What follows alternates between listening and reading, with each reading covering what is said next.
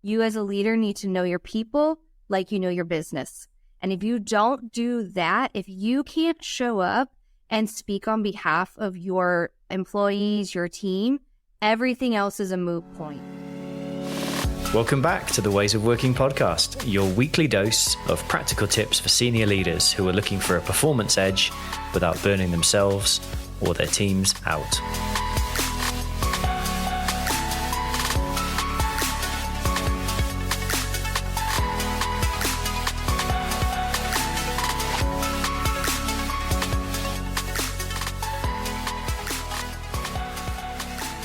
Today, we're talking to Kelly Jensen.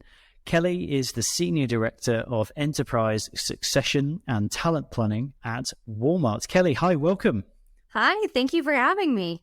I'm genuinely excited to have you on the podcast today for a variety of reasons, which we'll get into later. But for those of us who might not know what succession and talent planning is and how it works in an organization like Walmart, could you tell us a little bit about it? Yeah, absolutely. I think, when we think about talent succession planning, it's an interesting evolution over the years of how we look at it, how we plan for it, and what we do from a strategic lens. When we think about talent planning, it's really about how do we identify, how do we develop, select, promote talent with the right leadership capabilities, skill sets, experiences that's going to prepare your business for the future of work, right? So there's a two-part component to it. You have to know your people and you have to know your business strategy and where it's going. And then there's this really nice in-between when you really start to unpack your skills, your capabilities, your career aspirations of your people, and then match that to the future of your business when you think about what are next roles for people, how is the business transforming, what is the right role at the right time for the right person. A lot of times we find you put someone in that's the right person into the right role, but it's not the right time, right? Those all have to kind of come together in this dance of sorts that really makes the strategy of Walmart come to life. We are really, really focused on it. And one of the things you'll see, especially in current market trends and the local industry, is that there's a lot of change happening. And one of the things that's so impactful is making sure you have strong succession plans in place. There's a lot of work and a lot of discussion that goes into play for that. But we know data shows us that the better succession plans you have, the more fiscal returns, the more ROI that your business will have. And so it truly is tied to pennies and cents to the business as well. So my job is truly bringing in data, looking at assessments, understanding our people, driving consistent talent conversations across our enterprise. We have 2.3 million people at Walmart. And so it's really important that we know them and we develop them and we get them into roles that are what they want to do and what's best for the business as well. There's so much we could talk about off just that one intro paragraph, but I often think about talent and succession planning as building a bridge to the future with your people. But you've got to know where the bridge is going to end up, and you've got to have the building blocks in place to achieve that bridge. And so, as you say, knowing your business strategy, knowing where the business is headed, and then choosing the right building blocks of the right shape, the right color, the right whatever it is the equivalent of choosing the best people for the job from a talent pool of 2.3 million people. But whatever size your business is, it's looking around your business and saying, well, who is the best building block for that piece of the bridge to take us where we want to go? And I think a lot of organizations struggle with that. And why do you think it is such a struggle? I think when I look back on where sort of the downfalls are, I always come back to it's the basics. We say you have to be brilliant at the basics. And a lot of times we want to skip over that. Leaders want to skip over it because it's not cool or sexy or the next big thing, but it's truly so critical to getting everything else done right. And when I say the basics, I always come back to you as a leader need to know your people like you know your business. And if you don't do that, if you can't show up and speak on behalf of your employees, your team, everything else is a moot point. So it doesn't matter if you have the best plans in play. If you're making decisions for your teams and their career growth without really knowing who they are and what they want to do, you will never have happy, engaged employees that are in roles that they want to be a part of. and want to be engaged in. And so I always say you have to start there, having career conversations and really diving in. And then to that point is that bridge, right, of where is your business strategy going? Sometimes I think we also, as leaders, we silo ourselves. So we know where our business strategy is going, our own individual team, our own individual organization. But are you looking broadly at total company strategy? Are you understanding how the dots are connecting and where the future is heading? And that's also just as critical. And as you say, it just starts with that very basic one-to-one conversation. It's not the what work have you delivered this week conversation. It's the what are your aspirations? What skills are we not tapping into? What things do you want to do in your future? Where do you see your career going? It's those conversations that are unlocking the magic. So then when a leader goes into that talent calibration or career development forum or whatever the word you use in your business is, that they can have that conversation armed with the knowledge of where their people might be best fitted and best suited for the future. No, absolutely. I really like that.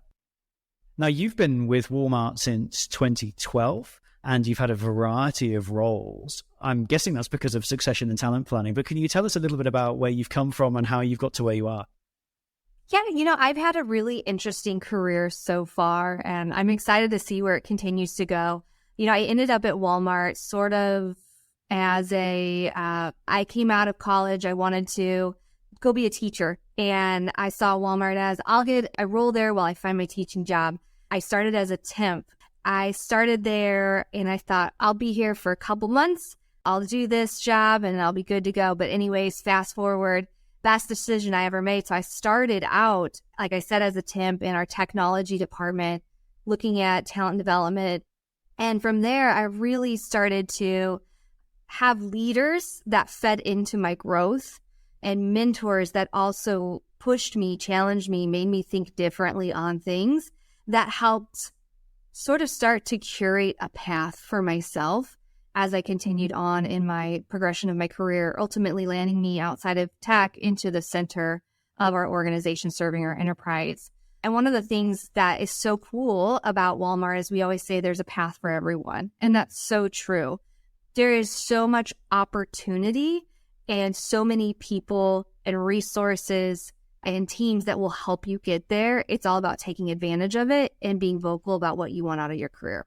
So I was lucky to kind of weave in and out and collect really important skill sets, capabilities, and experiences through strategy and leadership development, talent development, before I really took on this sort of talent management role that really looked at succession and talent planning. Always reminds me of a computer game when you're sort of going around with that little knapsack on your back, putting the gold and the first aid kit and stuff. And I think the best careers... stickers as you go. Yeah, exactly. Getting badges and awards. To me, it's that when you think about your career and the career development of your people, it isn't necessarily a linear arrangement, and certainly not anymore. It's more of a career matrix.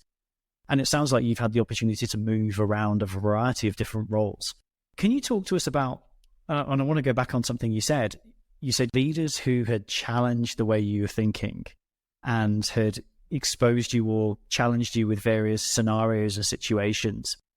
Can we dig into that a little bit more? Yeah, absolutely.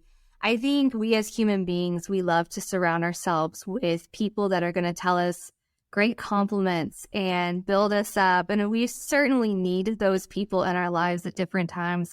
But I've found that it's the people in my life that, now don't get me wrong, I've had a great relationship with, to where I respect the straightforward feedback. But I've found those people that are going to be the truth tellers in your life. And I'm lucky enough to have them, right? And while at first it can be uncomfortable, they do it with the intention of helping you grow, see different perspectives. And there's a lot of decisions I've made in my career that I probably would not have done. I probably would have gone the safe route had it not been for a leader or a mentor to say, now, wait a second. That's not going to help you grow. It may sound exciting right this moment, but think long-term for yourself. That's not going to give you the experiences to get you from point A to point C. And so it's been really, really important for my own career trajectory. And that's something we always tell our leaders too, is giving honest and transparent feedback is difficult. Being a coach as a leader is difficult, but it is the best thing you can do as a leader to help support and foster growth for your people. But it takes practice, and it takes coming at it with a side of humility and creating relationship with your team members so that way it's found with mutual respect. But I think it's one of the most overlooked things, and especially in cultures that are so cautious of building relationships and fostering that, that's just as healthy to have transparent and honest feedback. I'm so aligned. And the idea for me of I'm a business unit lead or a C-suite candidate and I'm looking for that next opportunity, actually one of the things I can really dig back to is how am I creating career paths for my people? How am I growing and showing that I can grow people?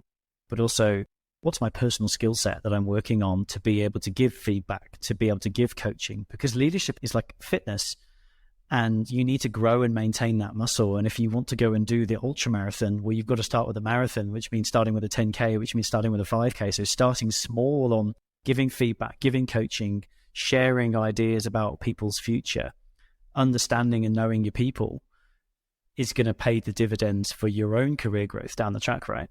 100%. And I think it's just something that what we often also here at Walmart are so focused on is there's the what and the how.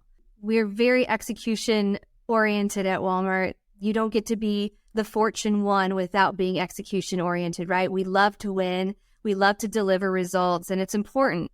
But the other part of that that's so important to us as well is the how. How do our leaders show up? What behaviors are they showing? How are they driving their leadership capabilities? And honestly, at the end of the day, that's the stuff that gets people recognized and rewarded. And that's the leader that's going to have the high performing teams and the, success is really driving the how part of being a leader. It's your responsibility too, right? I agree completely. And let's keep going with that conversation because I noticed that a lot of people seem to stay at Walmart for a long time. You've been there for 11 years now. Yeah. Crikey, 11 years. And Doug, the CEO, has been there for a very, very long time. He started off as a cart chaser, I think. Remember you saying? Started in the store, yeah. Yeah, started in the store. What is Walmart doing differently to other organizations that leaders, our listeners, can learn from, can take away and can apply? What are you doing differently? Yeah, I think the secret sauce about Walmart, there's a couple of different things. And I think it's truly, we believe our associates make the difference. And I think we live that motto out, right? We understand that our associates, especially our frontline associates, are so critical to our business and to the success of our business. One of the things that we've been doing in the last couple of years, I'm not sure if you're familiar with, is Live Better You. And that is our program where we offer college degrees to our associates at zero cost to them. And that in itself, that's just one small program. That's huge. Not small program, but that's one program out of many, right? That we offer our associates to help them learn, to help them grow, to help them foster skills and capabilities that are up and coming in the workforce and things that we know we'll need. So I think there's that component of development and growth, and it is so top of mind. Again, I come back to that, say there's a path for everyone. There truly is, right? We've got so many different resources and outlets. So I think there's that piece. And then I think there's just this idea around, we want you to stay at Walmart. We want this to be your career of choice. We want to be the place where you want to come and be proud of. And so you've got leaders who are committed to helping grow people. You've got all sorts of times and opportunities to feed into each other. I think the other thing I come back to, even my own world, right, is we do consistent talent review discussions. We lead quarterly talent reviews all the way up to our executive council members. And I think that's something that as we look at other companies, I don't know how frequently others are meeting with executives all the way down into deeper in their pipeline and consistently talking about talent, identifying who are those folks that are going to go far and what do we need to do to develop them? What are their gaps and opportunities and how do we help strengthen them so that way they are prepared and ready, especially as they step into more complex leadership roles. So there's just so many components of people who are passionate at all levels of all different groups of people to make sure that we're feeding into our associates and giving them every opportunity to grow and succeed. I think what you're saying is really resonating. And obviously, there are people who don't stay with Walmart, and there are people who are quite vocal about their feelings around the organization and why they left. And that's going to happen in every organization, right? We're going to get that disgruntled employee who didn't get the opportunity they wanted. And what I know is that talent and succession planning in Walmart is a continual work in progress. As you say, you're always having those conversations. You're always building on the how do we do this. What are some of the things that you have seen or you perceive other organizations are really struggling with in that talent and succession planning that you've encountered and have overcome to get to where you are now? Yeah, I think, a lot of times when it comes to talent planning and succession planning, a lot of times it's paid a lot of lip service. And what I mean by that is, yeah, it's important. Oh, we'll do it. Maybe we'll meet once a year. We'll calibrate on talent and we'll move on. And I've seen where when you treat it as a check the box activity, that's all it will ever be. It becomes a very self-fulfilling cycle. My succession plans aren't great, so I'm not going to put the time and effort into building a good one because they don't get used. Well, if you're not putting the time and effort into building one, of course they're not going to be used. And when you're not using succession plans, why would you go and spend the time to build one, right? So it becomes this cycle that I think a lot of times it's sort of just like if I have time, I'll do it. But most people don't have time. They're not going to prioritize it.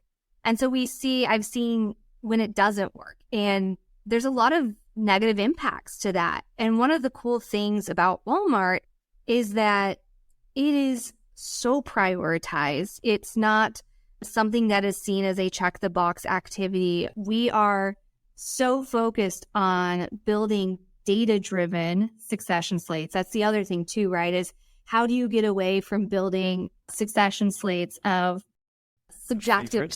Yes, exactly. And you know what? I think all companies have probably had their share of how did that person get into that role, right? And so our aim is to bring in data, take out some of that subjectivity. We always say it's an art and a science, but let's start with the science. Bring in what data components we have, understanding our associates from that lens, and then bring in that art component, right? So where do they excel? Where do they want to go? What's some of their own data that we can add to this to help create plans that are strategic and robust? And that has paid off dividends, and especially at Walmart, when we look at some of these leaders that we have enrolled today that are absolutely crushing it, continuing to create so much ROI for the business, driving the business forward. Walmart continues to outperform and do a phenomenal job. And that's because of our leaders and putting the right leaders in the right roles at the right time, right? And so that's where it becomes, it's not a check the box activity. It's a critical component for your business to be successful. Yeah, one of the things I recall from the work we did with the officer population, who are the sort of senior executives in being built and being deployed into the business, was just that the level of, two things, the sheer talent and passion that they all seem to possess, but also the real humility and humanity. And when you talked about that what and how, it really, I think that was, you are selecting great people to lead the future of the business. I want to go back and dig into the data piece, because you said, start with science, then go to art.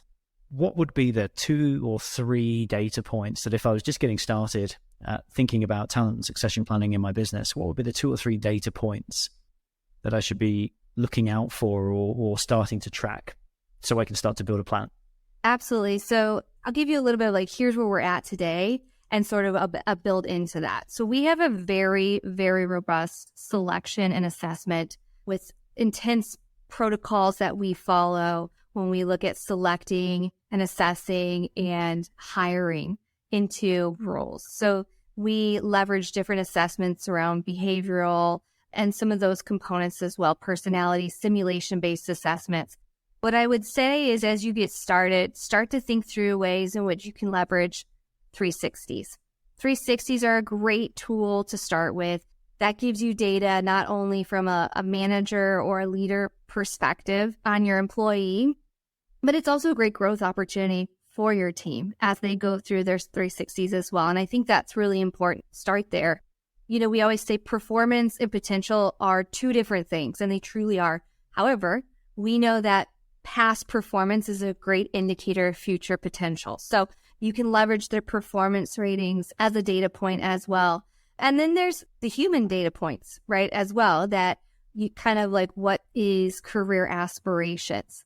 This is like, I keep coming back to this. It's so often overlooked, but it is a critical data point to building out a strong pipeline. Again, if you're putting people into roles or placing them into positions that they want nothing to do with, they're either going to underperform or you're going to lose them because they are disengaged and they're going to go somewhere else. So I often say, like, that is so important that you've got to make sure you're lockstep with them as well as you bring in some of these other assessment or formal or informal assessment data points. It staggers me, but you're right. How many teams overlook the, what would you like to do next? Yeah. This is the, have we got a job for you? You know, it's the, that critical data point to add to the quantitative data that you're picking up is just asking that simple question. Where would they see themselves? What would they like to do? How do they see themselves getting there? What are they missing? What would they like to learn to get to that point? And often, actually, it takes the strain off leadership teams to have to guess because they just go ask. That's exactly it. And we always say, listen, when we talk to, associates at Walmart, we always say, we have a system where you can input that information. Listen, put your information in because this is your voice in the room when you're not at the table. Right? This is a way to make sure that your leadership is equipped with all of the things about what makes you you in the sense of how we can help grow and develop you. You don't want anyone making assumptions or inferences on your behalf. Meet everybody halfway and give them everything about you so we can make sure we're doing what's best for you as well. I love that. Thank you so much. I want to switch tack a little bit and talk about how you lead your team and the people that are around you, and particularly how are you building a high-performance culture within your immediate sphere of influence. Can you tell us a little bit about that? Yeah, I've got a phenomenal team. I've got 2 peers below me that are of the same level, and then I have another associate on my team that helps sort of support all of us. And I will say, we're a new team from last year. We've been all together probably now 8 or 9 months. And as you get out of that storming and norming phase, right, as a new team, it's been so wonderful to watch as we all kind of come together, support one another. It truly feels like we are a lockstep sort of team. And one of the things that constantly do is checking in, always checking. How are you doing? What do you need? What's on fire? What can I support you with? I think that's so critical. It's just checking in, giving that space. I think the other thing we started for our team meetings is, it's so easy to just hop into what's going on in the business. Like, let's move. And we've started this new thing before every team meeting that's tell me something good. It is so simple. There's nothing, mind-blowing about it. But it does help set the tone of, listen, we have to take a moment, celebrate our wins, celebrate our successes, whether that's personal or work. And I think it helps get us in the right mindset to work together. The other thing I always tell my team is, listen, I am a whole person outside of work as well. And my identity is not found through work. And I'm passionate about my job, but there's a lot of other facets about me that make me me. And the same is true for them as well. And I think it's really important as leaders that we see our people as whole beings, not just people that show up 8 to 5, 9 to 5 and do a job, but we see them as complete individuals that have passions and hobbies and things going on in their life that has nothing to do with their jobs. And I think as we lead more with empathy and put that first and foremost, you get so much more back from your teams and from your people than you can ever imagine. And I think that's the secret sauce to creating high-performing teams, along with your normal things of accountability and making sure everybody knows where they stand, transparency and goals and all of those things, right? But I think empathy is the piece that is so critical and makes the difference. I feel like you crawled inside my head for a second there. When you were talking about the whole person, we've been doing a lot of work recently talking about purpose and the 4 layers of purpose, which starts at the bottom with personal purpose. What is my reason for being on this planet? Who am I and why am I here? And that very quickly transitions into, and what job do I do because of my purpose? And when we get the alignment of role and personal purpose, that creates our identity. Exactly. But so many leaders overlook the concept of identity. They just go job title and job responsibilities, but actually there's a whole lot of what's the purpose of your role, and why did you choose this role, and why is that meaningful for you, and how is that contributing to your life? I think there's some wonderful conversations that leaders can have in open or closed forums to get to know their people, as you say, at the personal purpose level. That's exactly it. And I think too, we come back to, as you know your people and you think about the roles they're doing, constantly thinking of, how can I connect them with the right people? How can I put them on special projects that's going to not only challenge them and develop them, but continue to align them to their interests and their wants and their needs? I mean, how many times do we have roles that may evolve or shift or change from what we originally thought they were going to be, and maybe now there's different workload associated with it, or things have shifted and changed? And so we know roles are never static. They're always shifting and changing. But for me, it's always about, okay, tell me what you want to develop in this year. I'm going to partner with you. And while I may not, you maybe parts of your job that you love, maybe there's parts of your job that you're like, I could take it or leave it. How do I then connect you into, like I said, these projects or other components of the team, building out your cross-functional skills and capabilities to better align to what you're passionate about, right? Because again, the more you align people to what they're passionate about, the more you get out of them. And that's so exciting to see. It's very, very cool to see when that happens. I'm excited listening to this because from my perspective, it's that whole, if you can engage the heart and the head, you're doubling the horsepower, and then the hands and feet do the work, right? But yeah, there is that whole concept of find out what your people are passionate about, and that turns into high performance cultures. Find out what your people are passionate about doing next, and that turns into succession planning. That's exactly it. And we always talk about, as you think about your team, don't just think about what's next for them. Think about what are the next 2 roles for them and plan for that. We oftentimes are so short-sighted as leaders as just looking at what is that next role for our people versus seeing that bigger picture, because that bigger picture may look a little different. And how we develop and prepare our teams for that bigger picture is really critical to the success of their development and their career. And I think it's just the responsibility a leader has to develop and build their team is one of the greatest responsibilities anyone can have. And it's fun and it's engaging, but it is critical to putting your efforts and your energy into getting your people where they want to go. Agree. And I remember one of the conversations we had a long time ago was around the fact that next role for them, that next opportunity for them may not be in your team. And Absolutely. So actually thinking at it, when you talked earlier about what's our business strategy in our business unit or our bit of the business, but what's the bigger business strategy, and how can my people best contribute to the enterprise strategy? How do you encourage leaders, or what would you suggest to leaders, should I say, who are thinking, well, I don't want to lose my best people because they're my best people? How do we overcome that? It's a tough problem. It really is. I think it's a natural human component to say, wait, I don't want to give them up because what's going to happen to our business continuity? How is that going to detract from our team? But I think it's doing what's right for the business and what's right for your talent. So first and foremost, start there. Take yourself out of it, right? And think about what's best for your talent. As a parent myself, sometimes it's like, I don't want to do certain things. I'm tired. I don't want to go get up in the middle of the night, but it's like, what's best for my child? And sometimes there's a little bit of, I have to take myself out of the situation and do what's best for my child.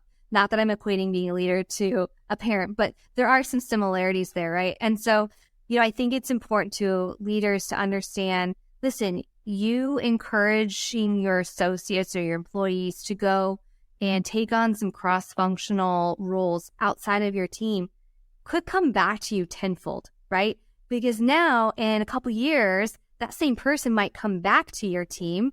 Now they've got this broadened experience. They've got all these new skills and capabilities they would have never gotten had they stayed siloed. And now they're coming back to your team with such a new perspective to solve problems you probably wouldn't have been able to solve beforehand. As well, the more we continue as leaders to allow our talent to grow and flourish and build skill sets, when you allow someone to move on and you celebrate that and you become a talent exporter, you create opportunity on your team to bring in someone else who's just as amazing, right? And so there's so much possibility there if we just allow ourselves to get past the what happens in the next 3 months because we've got to onboard someone new. And you look at that longer term of, oh my word, not only have I made the business stronger, I've made this individual stronger, but now I'm also creating growth and opportunity for someone to come onto my team that might bring a whole new perspective that's going to solve different problems than we would have ever solved before. So it's a mindset shift. It's a muscle that I think leaders need to continue to lean in and grow. And it's certainly something that we are continuing to focus on here at Walmart. How do we create enterprise associates that have broadened skills, depth of perspective, and have that ability to see broadly and across? And it's really important, especially as we think about the future of work and how skill sets are evolving and how no longer can you just be, singular in a skill set. You've got to have some tech mindset or some product lens. There's all sorts of different things that as the evolved leader or the leader of the future. Of the future, you've got to have these broadened skill sets. So how do we as leaders help create that? I agree. And in my mind, there's also the positive reflection. Go back to that the positive reflection on the leader who is a talent farm. And it reminds me of that proverb, the way to identify top talent is they grow talent who can grow talent.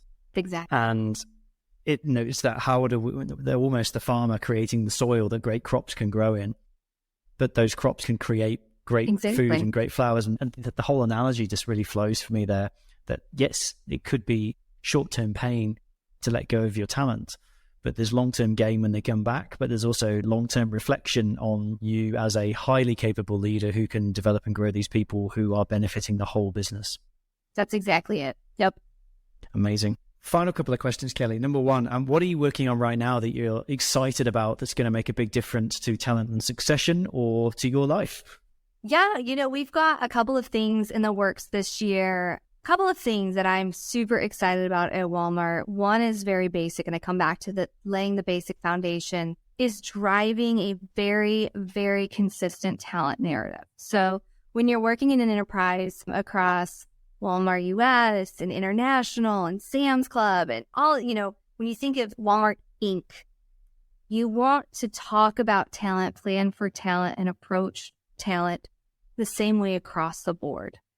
So we are focusing really, really hard this year on making sure that we're all speaking the same language. We're developing talent together, and that is going to further enable talent sharing, getting talent into different places because it's an apples to apples sort of discussion. So there's that piece that's really exciting. We've got a lot of momentum around it. We're getting people aligned, and it's been really, really great work. The other piece is we are working on digitizing talent planning. And this is the one I'm most excited about. It's a huge component to the work we do, especially I keep coming back to, listen, we've got so many people at Walmart. How do we digitize the talent planning experience in a way that enables us to capture data holistically, capture notes on people holistically, allows us to democratize visibility to our talent across the enterprise, especially for our people partners and our CPOs, and bring them all together. Right now, we're in a variety of different ways, but this next year, it will start to sew that together to truly digitize and change behaviors with how we approach talent planning, hopefully leading to much more strategic discussions and decisions when it comes to talent. That sounds like an enormous amount of technological know-how. Yes, it's exciting. And as you say, building on some basic activities, initiating the work, and then now, as you say, doing the more sophisticated stuff. Okay. But it does start with those basic one-to-one conversations, doesn't it? And we keep going back to that, but it is the core exciting element of it. Brilliant at the basics, is what we say. Kelly, I have so enjoyed chatting with you today. Thank you so much for coming on and being a guest on the podcast. If people want to get in touch with you or are interested in learning more about what Walmart's doing, how can they reach you? I'd say reach out through my LinkedIn, and happy to chat further, connect, always open to meeting new people who want to talk about talent succession planning. So yeah. Amazing. And we'll include your LinkedIn profile in the show notes for this episode. Amazing. Kelly, thank you again. Really appreciate your generosity of time and knowledge and spirit. If you enjoyed this podcast, please take a moment to rate and review it on whatever platform you listened on. It really helps us to know what you think and to also allow us to connect with great people all over the world. We appreciate any comments, feedback, or questions if you'd like to learn more. And if you want to reach out, please connect on LinkedIn or Instagram to find either Kelly or myself. Enjoy the rest of your day. Thank you so much. That's a wrap for this episode of the Ways of Working podcast. If you enjoyed the episode, make sure to hit the subscribe or follow button on your podcast platform so you don't miss our upcoming episodes.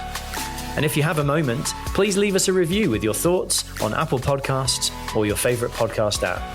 Your feedback helps us improve and grow our community of senior leaders seeking a performance edge. Thanks for listening, and we'll see you on the next episode.